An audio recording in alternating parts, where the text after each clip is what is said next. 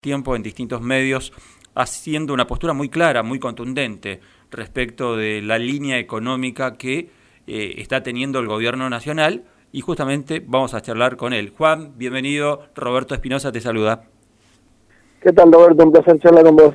Igualmente, Juan, estábamos comentando recién esta particularidad que se está dando en nuestro país, en donde está teniendo varios indicadores muy positivos en lo macro. Por ejemplo, crece la industria, crece la construcción, crece el empleo privado. Chaco, por ejemplo, triplicó la media del crecimiento privado nacional, pero sin embargo los indicadores en cuanto a los ingresos todavía dista mucho de ser lo ideal. Mencionábamos una estadística de la agencia Pacurondo, en donde determinó que 1 de cada 3 salarios de trabajadores formales es pobre. Y en los trabajadores informales la estadística es peor todavía, 2 de cada 3 son pobres. ¿Qué está pasando? ¿Cómo se explica esta situación, Juan? Bueno, la primera explicación de lo que acabás de mencionar vos tiene que ver con el macrismo y con lo que hizo con los salarios, que los destruyó desde el punto de vista del poder adquisitivo real y mucho más todavía en términos de valor de dólar de los salarios. Las dos cosas al mismo tiempo. Obviamente eso tuvo que ver con los tarifazos absolutamente abusivos que se hicieron de 1.500, 2.000% como mínimo, pero también tuvo que ver con un Estado que en las paritarias jugaba de parte de los monopolios, oligopolios y de los empresarios más descarnados, digamos. No hay ninguna duda de que eso fue así, y revertir eso implica que el Estado se ponga del otro lado muy profundamente. No puede hacerlo superficialmente o con pacto de caballeros o con acuerdos que se rompen y demás, sino que tiene que claramente en esa puja, que es la puja por la torta de ingresos, ponerse del lado de los trabajadores, sean formales, informales, y de alguna manera revertir lo que hizo el macrismo en pocos años.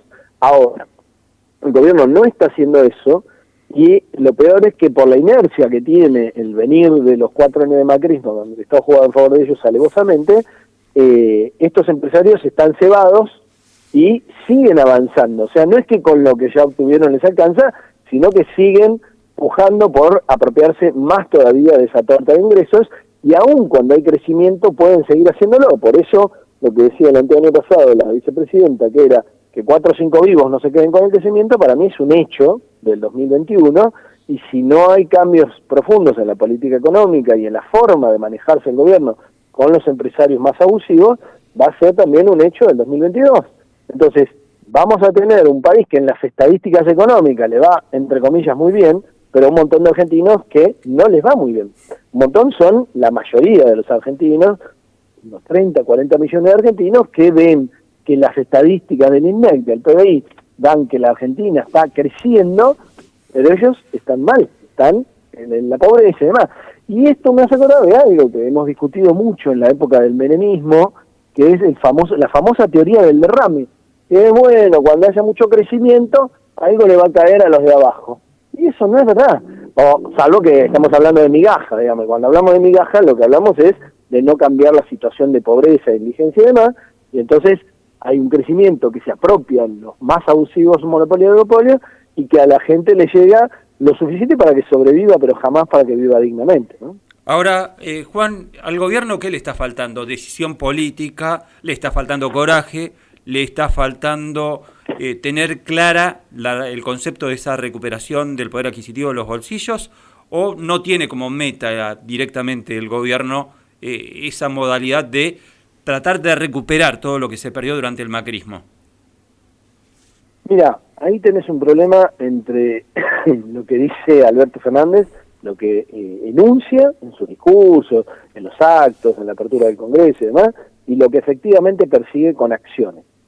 Los abogados dicen res non verba, acciones y no palabras. Bueno, lamentablemente Alberto Fernández con sus palabras enuncia determinadas cosas que no lleva a la práctica con acciones políticas.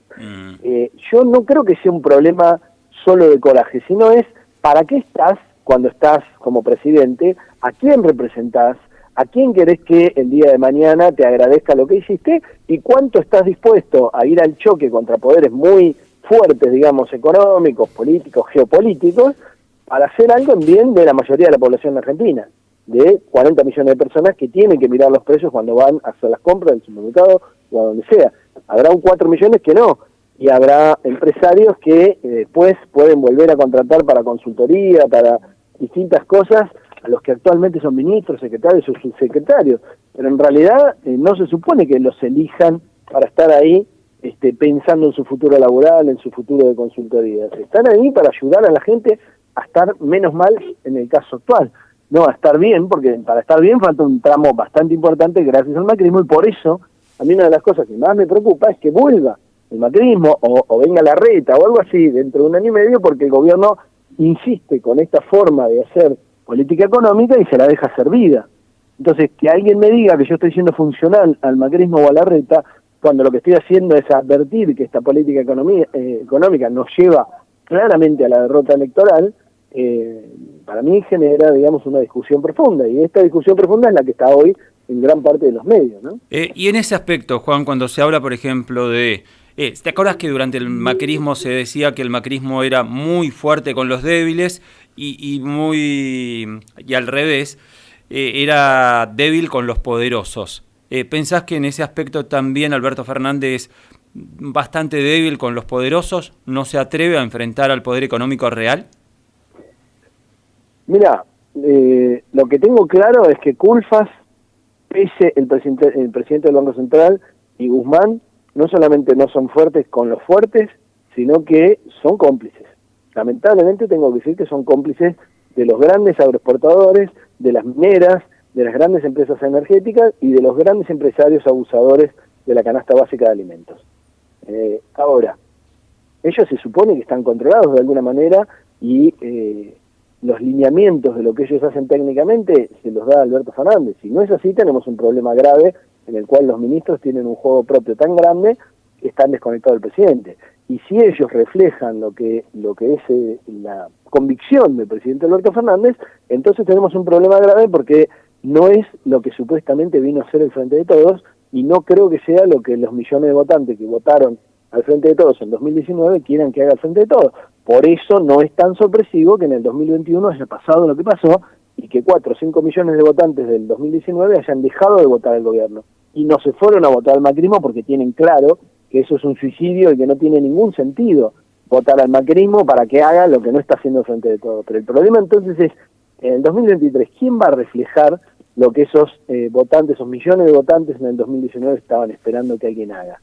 Esa es la pregunta del millón. Entonces la pregunta va a ser quién va a ser el candidato del Frente de Todos, o quiénes van a ir a un interno del Frente de Todos en el 2023. Pero mientras tanto, la gente no puede esperar a las PASO del 2023 para ver qué pasa con su salario, o con si llega a fin de mes, o con cuánto valen los alimentos. El problema es que no podemos definir en términos de elecciones la vida cotidiana de la gente, porque la gente la está pasando mal. Y obviamente hay una parte muy importante del gabinete actual del gobierno que tiene un grave autismo respecto de lo que realmente está pasando en la calle. Qué definición fuerte tiraste, Juan, ¿no? El gobierno está teniendo un autismo para saber, para percibir qué es lo que le está pasando a la gente. ¿Y pensás que en el corto plazo puede despertarse el gobierno y decir, bueno, la agenda es esto, lo que está demandando la gente es esto? ¿O pensás que durante la gestión de la economía, bajo el mando de Martín Guzmán, de Peche, de Culfas, esto es inviable, es imposible? Aparentemente, y todas las señales demuestran eso, bajo la administración técnica de Culfas, Guzmán y Pese, o por ejemplo de Moroni también en el Ministerio de Trabajo, no me imagino que si Alberto Fernández, por una cuestión de conciencia, de supervivencia política, de perspectiva futuro política, cambia su decisión política y va al choque con los que se están abusando de la gran mayoría de la población argentina, no creo que esos cuadros técnicos de los ministerios que mencioné puedan acompañar ese ir al choque. Y si lo hacen, lo harían haciendo de cuenta que, y sería más grave todavía, porque pagaríamos los costos de la decisión política sin tener los beneficios de llevarla a fondo.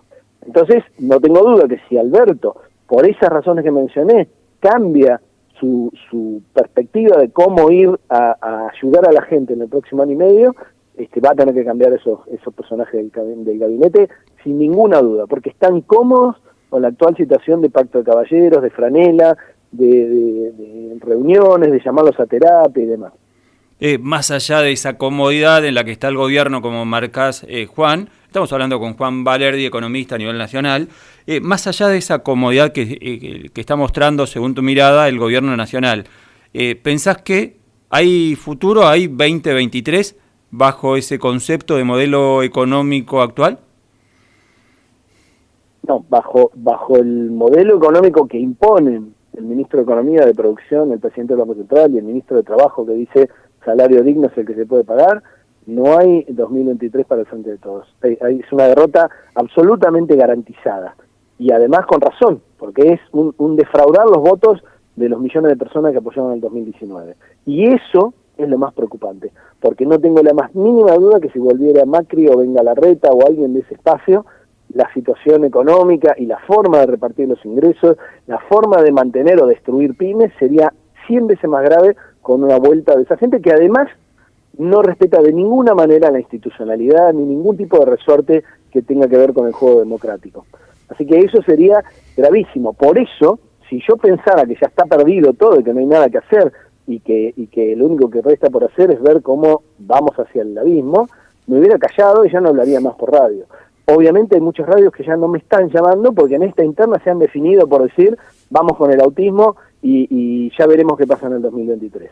Yo creo que eso es un error estratégico y que es peligrosísimo.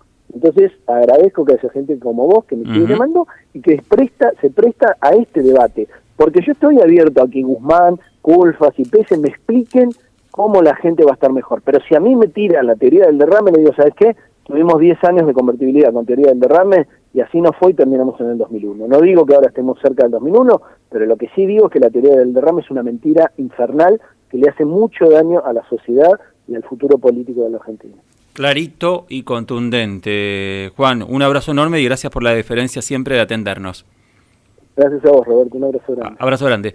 Ahí ha pasado Juan Valerdi, economista a nivel nacional, con una mirada verdaderamente fuerte.